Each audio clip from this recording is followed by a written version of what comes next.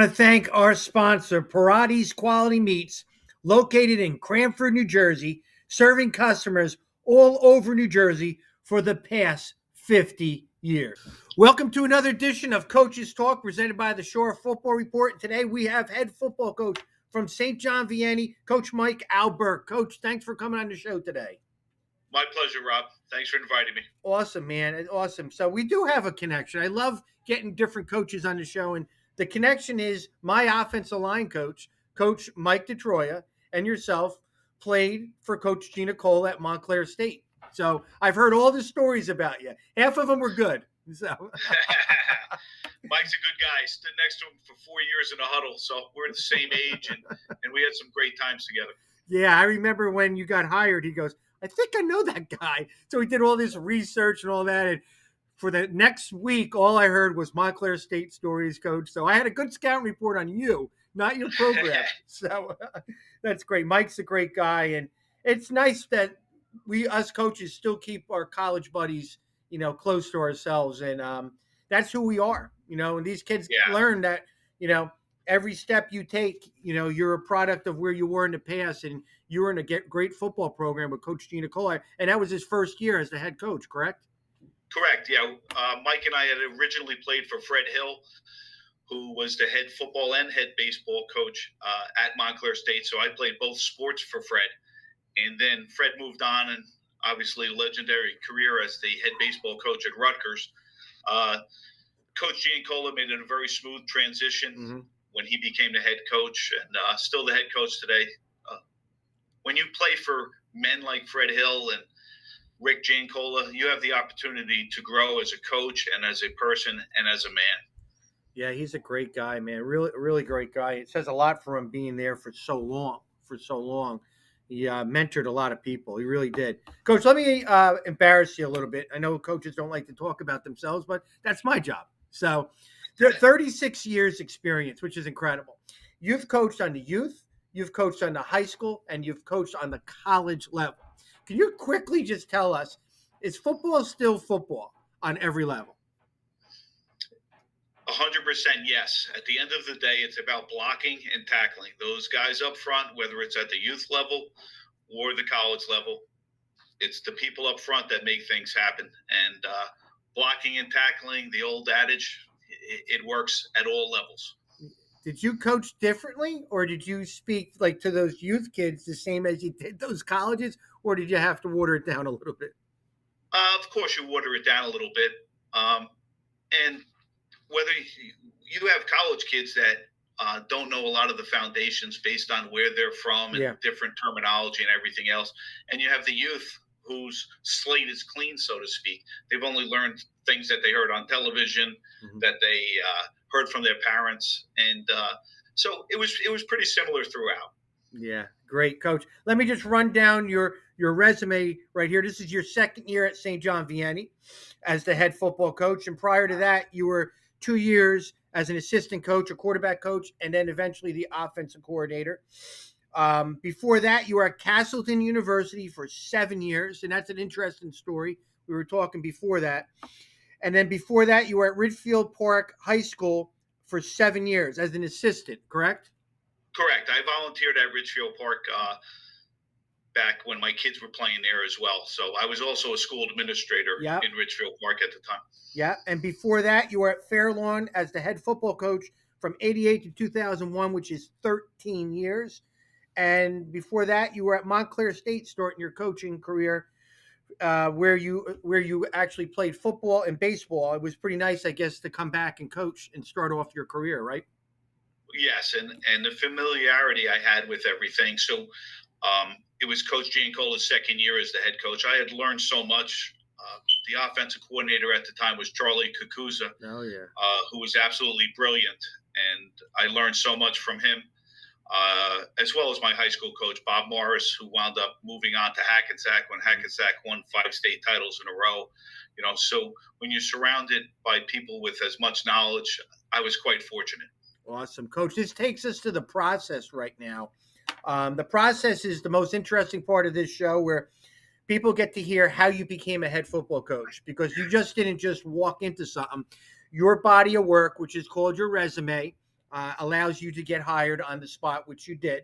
But I want to hear, and so does everybody else, want to hear all your stops of people that affected you and influenced you as a head football coach. So walk us through the first time you ever strapped on a helmet to where you are now as the head coach at St. John Vianney, Coach. Oh, wow.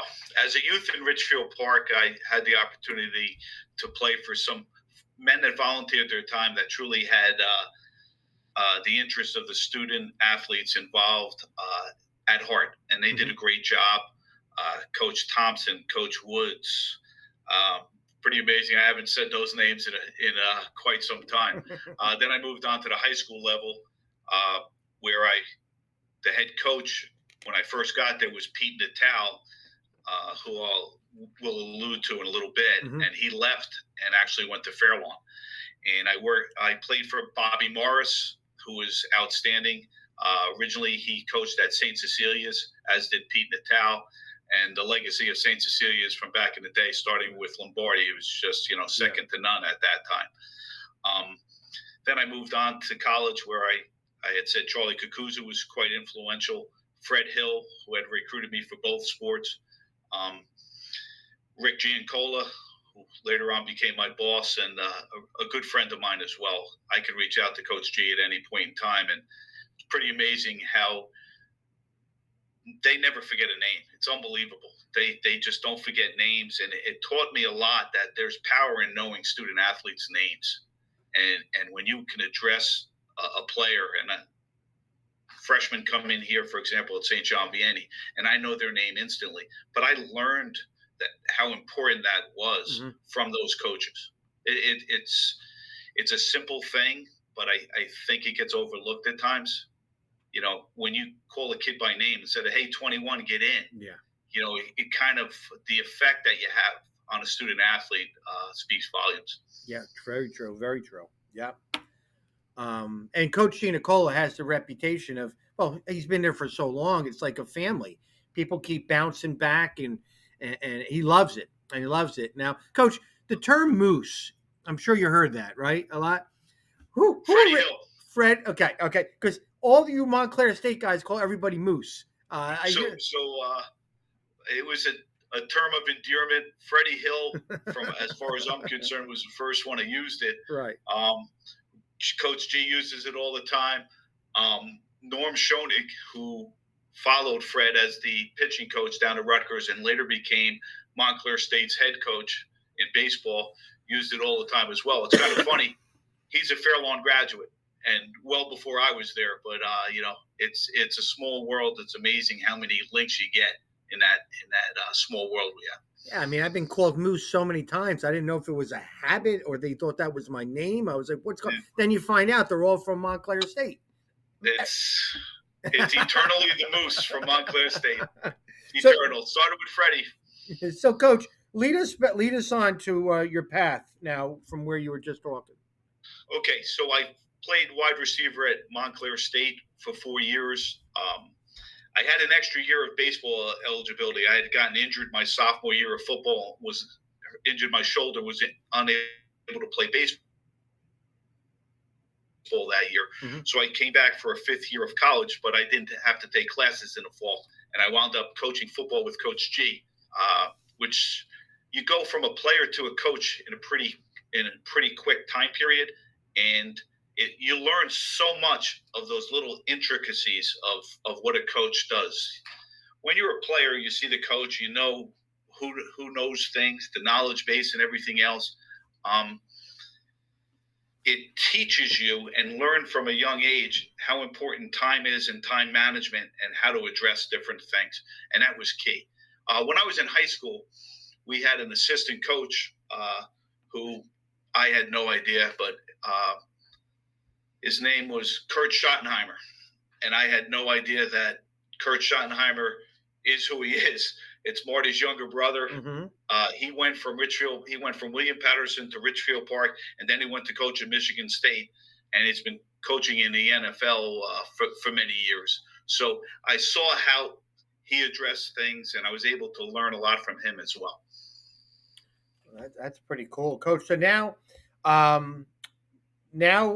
tell us. I want to hear this part about Castleton. Oh yeah, I'll get to that in a yeah. second. So now I go from Montclair State, and uh, I'm looking to go coach in high school and figure out what I'm going to do. And Pete Natal, Mm-hmm. who was a coaching legend, he's in the Hall of Fame and stuff in New Jersey, a phenomenal coach, contacted me and asked me if I was interested in being an assistant football coach at Fairlawn High School. And in my world, Pete Natal was a legend, and I had an opportunity to work with him. I got a job in Fairlawn working at a private school, and I went up to Fairlawn as an assistant coach in 1985. I learned so much under Pete Natal, had the opportunity to work with some other good people. Timmy Wilson was an outstanding line guy, Craig Nielsen, who's won over 200 games. So I had the opportunity to learn from a lot of people. And because of my experiences at Montclair State, I was able to become a head coach in a pretty short period of time. I became the head coach in 1988. So in 1988, I was 26 years old, coaching as a head coach 26? at Fairlawn. Yes. There you go. Good. Yeah. So then I moved after in 2001, I became the administrator in Fairlawn, and Fairlawn did not allow administrators to coach. I then went to Richfield Park as a volunteer because my kids were growing up in Richfield Park. I coached the youth program. I wound up volunteering for the high school while my kids were there. I wound up becoming an elementary school principal in Richfield Park as well, which was pretty cool because the elementary day ends at 3:00, and by 3:30 the building's empty. I had the opportunity to volunteer and go help out and follow a passion, and at the same time work with my own children. I have 3 sons, Michael, Kevin, and Mark, and I had the opportunity to coach them at Richfield Park High School. Now, my oldest son graduates. They're all 2 years apart. Graduated in 2009, 2011, and 2013. My son went to Wagner. My oldest son, Michael, went to Wagner originally, transferred to TCNJ. My second son is a little interesting how things transpired. In 2009, I coached an all-star game, which was Joe Theismann versus Phil Simms, New Jersey versus the Northeast. Yep. Phil coached the New Jersey team. My oldest son played in the game. I had an opportunity to meet a young man by the name of Alex Carnes. Alex Carnes introduced me to Rich Alurcio. Alex Carnes was, after the All-Star game, was actually going up to Vermont to help start the Castleton State College football program. I went up that summer. I worked some camps, became friendly with Rich Alurcio. The following year, they recruit my second son, Kevin, and Kevin winds up going to Castleton University. So I'm up there at different times, and Kevin's a freshman. Because of Vermont's lack of population density, they don't have a lot of coaches, etc. up there. They asked me if I can help out and do whatever I can. And I initially said no because I had one kid playing at TCNJ, my other son Kevin at Castleton, and my youngest son Mark was playing at Richfield Park High School. And because you were so far away. Yeah, well, 3.5 hours, right around the corner. So my oldest son, unfortunately, gets a knee injury, and he's out for the season. So I am up at Castleton University. It's 2011, and they say, Coach, every time I'm there, Coach, can you help us out? Can you help us out? So my son got injured. I go up there. I said, listen, I have a little bit more time. I'm not committed to going to my son's games. He's injured.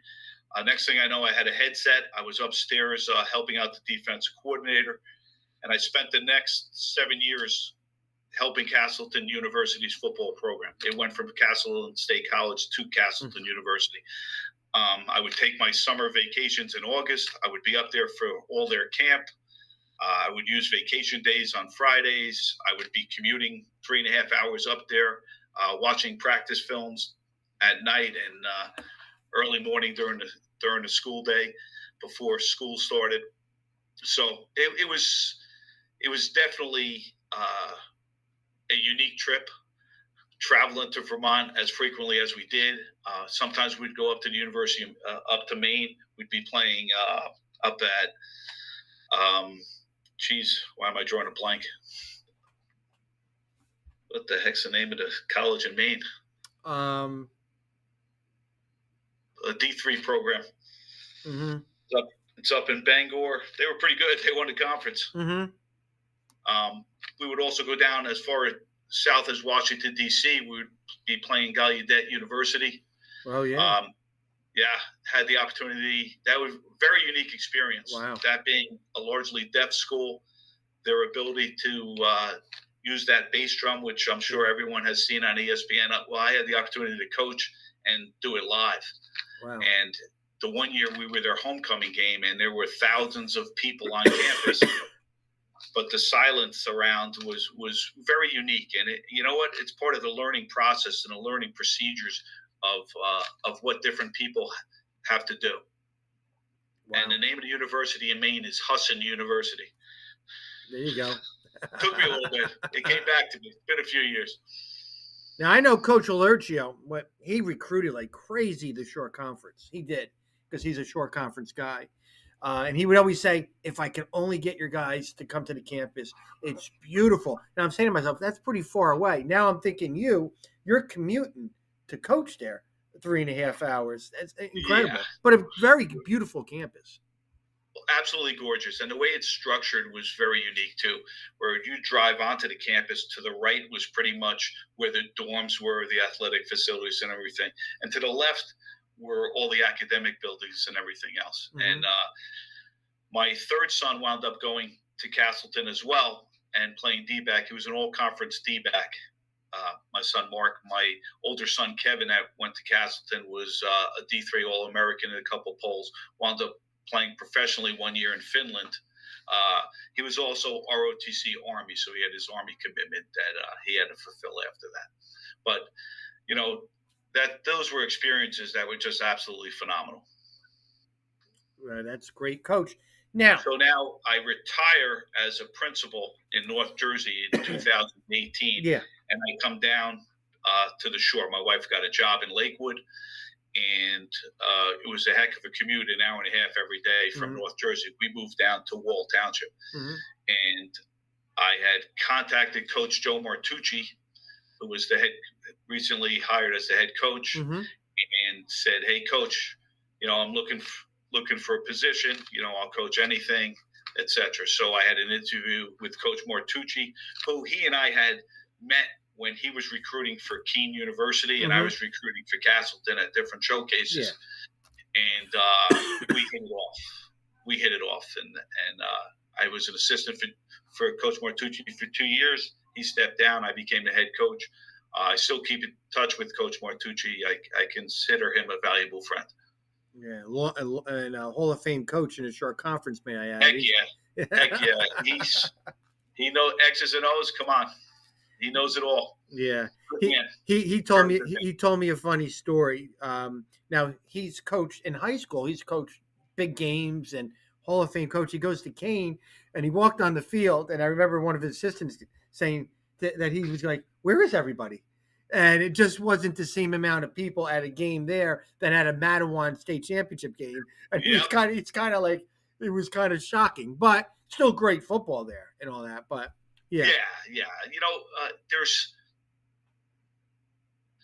So going back to Castleton, you go to the games and the place is packed. Really? Castleton University, they were in the top 25 Division III in attendance each year I was there. Wow. And the difference is, when you have New York City and the metro area and everything that we have around us, whereas up in Castleton, Vermont, they don't have all those things. And the college is the center of a lot of people's universe, so to speak, up there. It's a college city. Yeah. Yeah. That's awesome. Great experience, huh? I mean. Yeah, it's right by Rutland. It was pretty cool. My sister actually lives up in Killington, so we would go visit her as well. It's about 40 minutes from the campus. Interesting fact, if you go become a student at Castleton University, you get a free lift ticket for the season at Killington. So that's a pretty good deal. You mean for skiing? Yeah. Okay. It's good to know because I don't ski. It's too high up, Coach. Coach, I'm going to take this thing off. Now, in your 36 years as a football coach, nothing prepared you for life of COVID with football being involved. Just give me something positive that you and your staff and your program learned about the COVID season. I'll tell you what, the kids responded so well. I think something positive to be taken out is that kids still want to participate. Kids want to be with other kids. They want to be able to play football. They want to do all those things that normal kids did. It was kind of taken away from them somewhat last year. Uh, it was just a pleasure to be able to get 9 games in last year with COVID and everything else. And our kids were resilient. Our kids made sure that they had the masks on when necessary. They did everything appropriate during some crazy times. So it was great to be able to play 9 games. Yeah, it was, Coach. It was crazy. And you and I connected last year because we were looking for games. We had in the pod play, we had 2 games that were canceled because of COVID. And I remember you. I don't know if we called you, you called up, whatever it was. And Dramont, my AD, grabs the phone and goes, "Do you want to play Vianney?" And I looked at him and go, "Do I have options?" So, but at that point, let's just play.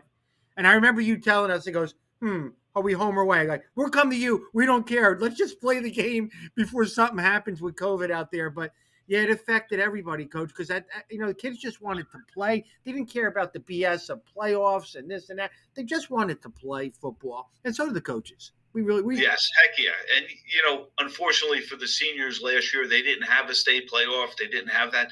But at the end of the day, they got to play football, and it really meant a lot to them. Yeah. And they got to spend time with their peers and do all those things that high school kids are supposed to do. Yeah, I didn't hear a lot of people complaining about state playoffs. I mean, people would say, "Oh, if we had a playoffs, we would have made the playoffs." But I think people were just, because of what happened in the world, were just so happy that they were just playing football, because other states were not. And we really lucked out. Knock on wood. The kids were very resilient everywhere, and coaches still. We were learning on the run, especially with technology, Coach. Right? How good were you with technology, or who taught you how to do this stuff? I'm okay with technology. The younger people, when I was a principal at the elementary school, I'd have problems with my phone. I'd call a 6th grader out of class and say, "Hey, can you help me? I don't know what's going on with this." And within seconds, it was cleared up. But yeah, that's one thing that has changed in my 36 years. I mean, went from the click, click, click, click, click, click, click, and the film would break, and you'd get tape, and you'd try to put it together. We thought VHS was the greatest thing since sliced bread. And, now it's, hey, did you send me the film? Boom, click, and you can view it on your TV, on your computer. You can view it anywhere on the planet. It's kind of crazy. Well, Coach, I mean, we're going to scale back a little bit, but us coaches used to have to exchange at a local stop. Yep. Where police officers would look at suspicion cars, so-and-so, their car is waiting at the rest stop, and they would actually pull over and be like, "Are you okay? License, registration?" Just exchanging game films with somebody, right? But thank God we're doing our huddle, and when all this Google Meets and what's the other thing that people did? Zoom came out. The business people said, "Where have you been? We've been doing this for years." We're in a different zone as coaches, right? But yep, and I'll tell you what, COVID made us move a little faster in regards to all that. Oh God! I mean, heck, we scheduled games last year on Thursday before Friday, just because, like you had said earlier, Rob, in regards to COVID being a problem, scheduling game on a Thursday for Friday, and we were watching film only for the coaches to understand what possibly could happen tomorrow night. Yeah. Oh, Coach, when we played you, we took the kids off the field. It was 2 days before the game. I said, "We're not practicing." They go, "Why not?" I said, "Because I know nothing about this team." So we actually watched the film. And our walkthrough was basically a kind of a practice the best we could, just so we said, okay, they're this type of defense, they're this type of offense. Let's just play ball and have fun. And you know what? That's what wound up happening quite a bit last year. You know what? And the kids didn't care. They just wanted to play. They wanted to play. And that was the great thing, because after the season, it was just a sense of overjoy of we actually accomplished something. I thought every program out there that finished the season won something, because you went through what everybody in the world is having problems with, and we were able to. I mean, big bodies, a group of guys were able to play a full season. Yep, kind of weird at the end of the game. After you just were sweating, hitting each other, you had to wave from the other side. Hey, good game. See you soon. Listen, That may never change. Yeah. The state may say, let's just waive for now on. So I'm curious to see how the state adjusts now to trying to get normal, or they're going to keep things the same. So that's your problem now. You're coaching, I'm not, so that's fine. All right, coach. To the left is St. John Vianney football schedule, and on the right is the newly formed federal division that grouped a bunch of teams together, probably a lot of new familiar faces. So right now, could you just talk us through, briefly what your schedule looks like to the left? Okay, well, we're opening up with Manalapan, which is not part of the federal division, but Mm-hmm. we reached out and wanted to schedule another game, give the student athletes an opportunity to play another game. Mm-hmm. Manalapan's pretty good. As we go down the schedule, Long Branch, very good. There's no easy game on the schedule. Toms River East, Toms River South. The Donovan Catholic game, we are home that day. Mm-hmm. Freehold and Middletown North. Again, the schedule is pretty solid. The short conference, as I've learned since I've been down here, being from North Jersey most of my life, very competitive. Every game, you have to be prepared and make sure that everything takes care of itself. And you have to be prepared for special teams, offense, defense, all the way through, because all the teams down here in the short conference are excellent. Mm-hmm. Yes, coach. What's interesting? I don't think you don't probably see it as much or hear about it because us public schools see St. John Vianney and we get multiplier points now. So you get bonus points for playing parochial schools, which is huge for the state playoffs. If you win, you get a multiplier of this. If you lose, you get this, which, a lot of public schools don't like it because if they don't have a private school on their schedule, they don't get that enhanced booster, with that. So, that's huge. Now, I always say with multiplier points comes black and blue marks. So I've always said that, coach. Yes, we've played some parochials in the past, and yes, we got a multiplier, but also I'm a little sore the next day, even the head coach. So yeah, listen, they should all be competitive games. I mean, yes. It's a pretty solid schedule that we have this year. Also, what I'm not used to from a coaching perspective is in the past, being from North Jersey, we were in a league, and that league was pretty static. It stayed the same throughout. And every year here, since I've been here, this being my fourth year in the short conference, everything seems to change over and over again. So, yeah. But at the end of the day, it's 11 on 11 on the field, block and tackle. Yeah, name of the game. You're right, coach. Because what the short conference does is they change our traditional divisions, and they now make it into, I guess they have a formula and they group guys together and they try to make it a competitive balance. It makes sense. Yeah. So just different from what I'm used to. Yeah, it is, because my players, if you gave them a quiz, who's your division, they wouldn't know it. They just wouldn't know it. They play who's on their schedule. They don't care if it's a non-divisional game. They're going to play. And to us coaches, we're like, oh, it's a divisional game. They don't care. They really don't care. They just play their teams, and it is what it is, because it is always changing. You might have a team you're in your division for 3 straight years, and all of a sudden you're not. It's crazy. It's crazy. So the traditional part is taken away, but for competitiveness, yes, it was better for that way. I don't really think you can do both and satisfy both. No. And at the end of the day, being competitive is probably more important than rivalries, etc. Yeah, you're right. So, and I guess when it comes to traveling far away, that's never been an issue for you, Coach, just like your days at coaching in college, right?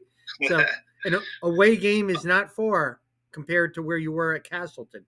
Yeah, no, we would go to New Hampshire, Maine, Massachusetts, Washington, D.C., New York. We'd be all over the place. Knowing how you travel, did you ever think about maybe scheduling a non-divisional game out of state? Well, with COVID and everything, that kind of got put on the back burner. We understand that the non-publics up in North Jersey, they reach out and try to go elsewhere. We may do that in the future. But with COVID and everything, we tried to get a solid schedule and be prepared to work in the short conference. All right, Coach. Now I want you to talk about your coaching staff, and those are the glue to your football program, and they're the ones that make head football coaches' life a lot easier. So let's hear the list of your assistant football coaches. Okay, I'll start off with my defense coordinator, Jeff Papson, who's got many years in the short conference, also a Montclair State graduate. So although he played for the Hawks, I played for the Montclair State Indians, which is not allowed to be a nickname any longer. No. Jeff was our offensive coordinator last year. Again, knows the short conference very well, has coached at a couple of different places, and moved from the offense coordinator over to defense in order to solidify us to make sure we're sound on both sides of the ball. Dan Fierro is our offensive coordinator. He also coaches the quarterbacks. He played at Del Val. He's actually played for Coach Mortucci at Matawan. Younger guy, very enthusiastic, understands the offensive component, and looking for big things from Dan as well. Mike Warnock is our offensive and defensive line coach, and I've said it multiple times here, and it's no mystery. The line's what makes everything work. So Mike Warnock does a solid job. He's got head coaching experience as well. Also, when I came here, we had a full-time strength coach in Ed Hernandez, who also coaches our linebackers. Yeah. Eddie was a freshman at Montclair State back when I coached at Montclair State the 1 year I was there. So I know Eddie a long time. And actually, his brother Miguel, I hired as a coach when I became the head coach at Fairlawn. He coached my linebackers there. So I have some history with Ed Hernandez. And getting back to the lines being so key, strength and conditioning in the off season and even during the season, maintaining Eddie's quite valuable in all aspects. And he also works out himself, Coach Hernandez. Yeah. Pretty strong guy. Yeah. It looks like he can go out there and play right now. So yeah, and I've got to make sure he doesn't put a helmet on too, because he may do that. Tony Urbano coaches our running backs, coached our receivers last year. He's certified in strength and conditioning as well. Brings an added adage to be able to coach the running backs and understanding the speed component of it. Our freshman coaches, Lou Libertor, Tyler Lucas, and Brian Lucas, have been working with the varsity all along, helping things out and making us better as we move on. Also, we have two volunteers, Pete Pizzula, whose son is our tailback. Pete's the police chief in Marlboro. He works out a little bit too, so he makes sure we stay back on the sideline. And when he picks me up on my waistband, he just picks me up and pulls me back, make sure I'm under control as well. Along with Joe Galan, who's also a volunteer. He's been part of our program for a number of years and doing some fine things. Let me get back to Lou Libertor and Brian Lucas has been part of SJV football for over 10 years. They've done a great job. They work with the freshmen, but they understand and know the kids. Tyler Lucas, who's been working with our B-backs and the freshmen, and he played at FDU and is an SJV graduate and understands the game. And all these guys are committed, and that's what it takes with the coaching staff, as you had alluded to earlier. Nice. Coach, now yeah. I forgot one coach. Yeah.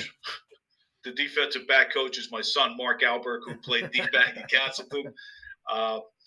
He does all the coverages, and he's upstairs. He's the eye in the sky during games and making sure that we're taking care of business.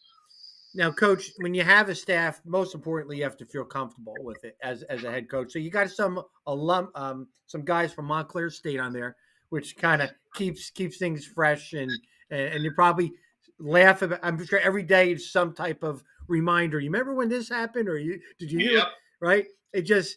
Us coaches, man, we love hearing those things from the past. And you have an alumni on your staff. Do you have a lot of young guys on your staff? Yes.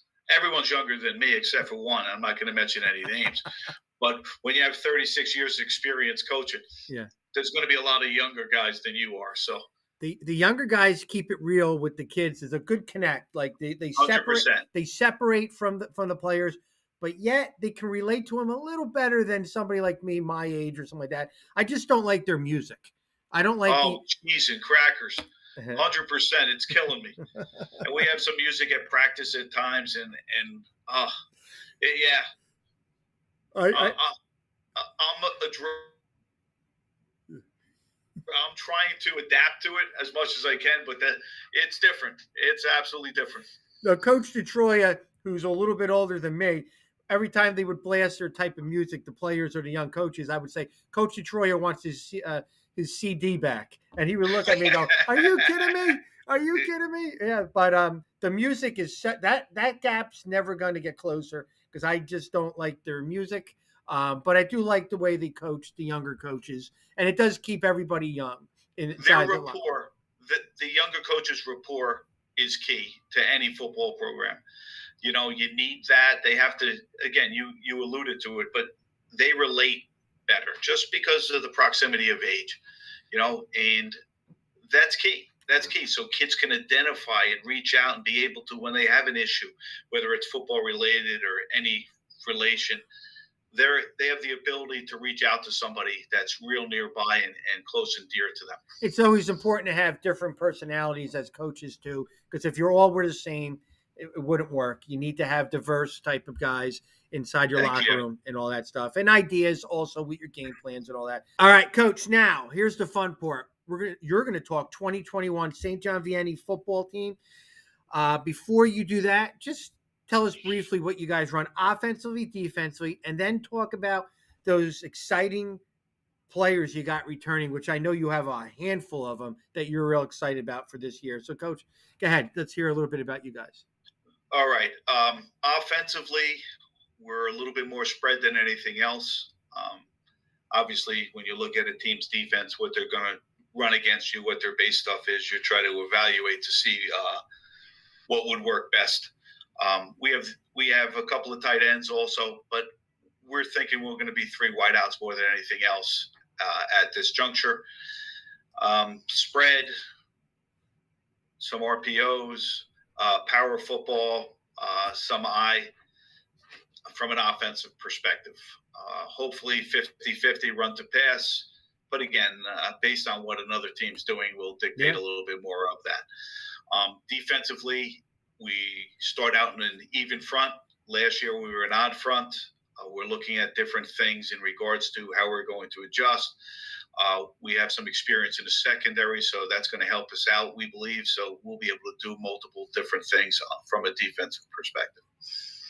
Coach, before you go on, my last football game that I coached at Barnegat was against you guys, and I'm walking on the field, and I bumped into one of your players. Now, he's an outstanding player that you're going to talk about in a second, Pete Pizzullo.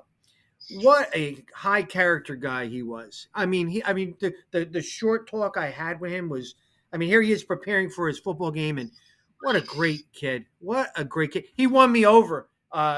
First impression, just his character on how he's, just very respectful kid, talked very highly of just what a great conversation I had with him. Won me over. So I'm a big fan of Pete Pizzullo right now. I am. So he's a pretty good running back too. So, pretty good. Yeah. Yeah. I think when you talk about Peter Pizzullo, what you have to understand is what you see is what you get. He's like that 24/7, 365. He's a leader by example. Every day in practice, in the weight room, everything he does, he's 100% all the time, which helps all coaches simply, hey, he's the running back and he's giving that effort. The other kids are saying, hey, I better give that same effort. When your best player is one of your better people too, makes a great locker room. Yeah, he's dynamic as a running back. He can play D back as well. He's a good kid. He's a great, and I'm fortunate at St. John Vianney. We have great kids, and I'd like to pat myself on the back, but that's not the case. Mm-hmm. They bring kids in that are high character kids, and they want them to represent the school, themselves, and their families in an appropriate fashion. And that's a reflection that I believe needs to be done each and every day. Mm-hmm. So offensively, Pete's going to get the ball. Antonio Rosado is our quarterback. He's a 3-year starter, 2.5-year starter. He played as a freshman. He's only a junior. He can run, he can throw the ball, and another high character kid, as all of our kids are. If Antonio's not in the game, you see him cheering on whoever's in at quarterback. I mean, that's just the type of young man he is. We have a group of receivers in Michael Abel, Troy Day, Isaac Montalvo. Those guys are all seniors, and a junior, Kyle Verius, who got injured last year, but is a pretty good player. Very good. Yeah. But again, at the end of the day, we have those good players that are very good athletically and can do different things when they have the ball. But it all starts up front if you can't get them the ball. Fortunately, we have coming back. Brendan Kane is a guard. He's a senior coming back for us. Jacob Davis and Mikkel Davis, not related. No. But there are two starting offensive tackles. They're both returners. So we have those three guys coming back as starters. And we have some backups or I should say guys fighting for starting jobs right now. Mm-hmm. Timmy O'Dowd, who's a junior. Andrew Chemo, who's a junior. Matt DeFelice, who's a junior. Zach Scully, who's a junior. Ryan Buchanan, who's a sophomore, who transferred in. So we have a battle on the offensive line that's good. Anytime you can have a healthy competition, it makes kids rise and become better. Or else they're looking over their shoulders. Someone's going to be able to come in and replace them. Mm-hmm. Kind of changes the dynamics. The last couple of years, we haven't had that depth on the offensive line. So again, they have to gel and they have to make sure that we're able to, whether it's run or throw the ball, and do the right things. We also have Mason Shank, who's a tight end, Dylan Say, who's a transfer from Red Bank Catholic, and Anthony Vaccaro, who's also in the mix, also with tight end. So we have some players and we have some numbers, so we just have to make sure that we all gel. We also have Dylan Green, who's a senior, also vying for tight end time as well. That's all, Coach. You have a magician in the backfield, Rosado. I mean, God, is he smooth? He's smooth, explosive. Just think, with RPOs, we run the same thing too, but plays work a lot better when you have good athletes or great athletes like that. So you got some pieces. You got receivers. You got a very big physical line. You have an outstanding running back. You're tight. That's a pretty explosive offense. Let's hear a little. We have a couple of B-backs also. Joey Abarno, who's just returning starting linebacker, will be in the backfield as well. Christian Buchanan, a transfer from Mater Day, who's in that mix as well. So what's fortunate for us is we have a decent number of players that can get on the field in different positions and be able to compete at a high level. Coach, defensively, I know you have a kid that's a 4-year starter. In the backfield, right? Corey Pitts. Corey Pitts. Corey played as a freshman. Played some linebacker for us. Last year we moved him to outside linebacker. Corey's the type of athlete that can play just about anywhere defensively. Mm-hmm. In fact, to go from linebacker, he played corner in our last scrimmage. So he's a kid who can play anywhere on the field. His athleticism and he's a backup running back, also can carry the ball as well. So he's pretty dynamic. Yeah, I mean, again, on the other side, you got a bunch of linebackers that are physical, and I think you moved a couple kids to the defensive backfield because you probably have a depth at linebacker. So, well, the transfer, Joey Abarno started for us at inside backer all year last year and did a great job. He's also our long snapper, and as I said earlier, we'll play B-back as well. He controls the defense. Then you throw Christian Buchanan, who just transferred in from Mater Day, into the mix, who started over at Mater Day. He's physical. And he understands the game very well. And, that's 2 seasoned linebackers inside. Then you had Jack Farah, who played last year for us. Mason Shank, who played for us last year. He played some outside linebacker. He did play some defensive end as well. In the secondary, Kyle Verius was a starter. Troy Day was a starter. Isaac Montalvo was a starter. Corey Pitts, as we had said earlier, was a starter. We're also looking at Michael Foley, who's one of the backup quarterbacks, along with Aaron Van Treese. Aaron Van Treese will see some time at safety as well. Michael Foley's a linebacker as well, but they also could play quarterback at any point in time as well, both of them. Ethan Cawley's a returning starter on the defensive line. Mikel Davis, Jacob Davis will get some reps on the D-line as well. So, we feel, again, the depth that we have, as long as we can stay healthy, will help us out quite a bit.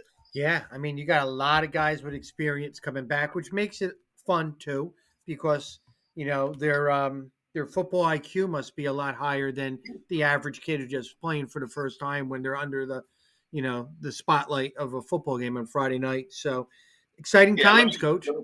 Let me just say, we have Elijah Pertalis transferred from out of day as well. He's a B back, and he's also a D end.